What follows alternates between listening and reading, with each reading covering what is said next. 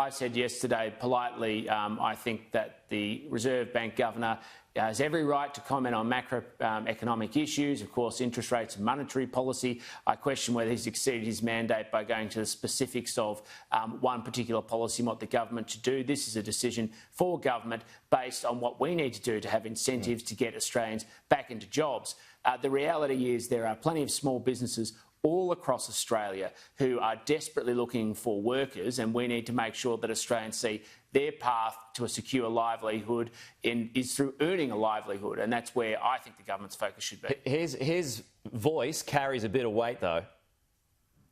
I've no doubt about the RBA Governor's voice. He's got a hearing tomorrow, which I chair, and I'll be asking him about macroeconomic issues and monetary policy issues, which are his area of responsibility. These are decisions for government. Is $65 a day something that you would support? Well, I've always said the focus should be on what we need to do to incentivise people to get to work. We have small businesses, we have farms, we have lots of operations all across the country that are desperate for labour, partly because there is no seasonal labour, as we know. But in addition to that, there are people who are looking for work, and it's about matching them up. So I'm quite proud of the fact that my first resort is not to welfare, it's to work. And I think I would have thought that the Labor Party should be the same. I mean, they claim that they're the party of Labor, and certainly that's the focus of where the Morrison government is, getting Australians back to work. So that's a no? That's a no on 65? No, well, what I've said is where the focus should be, and of course there'll always be reviews and assessments about these sorts of proposals, but our focus is getting Australians back to work.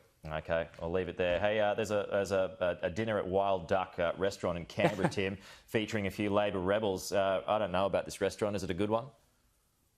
Well, I think I've been to it once, and I looked at the menu, and of course there are lots of different options. There was crispy dead duck elbow, and of course dead duck elbow with mushrooms. I don't know how they served it or how they want to serve it.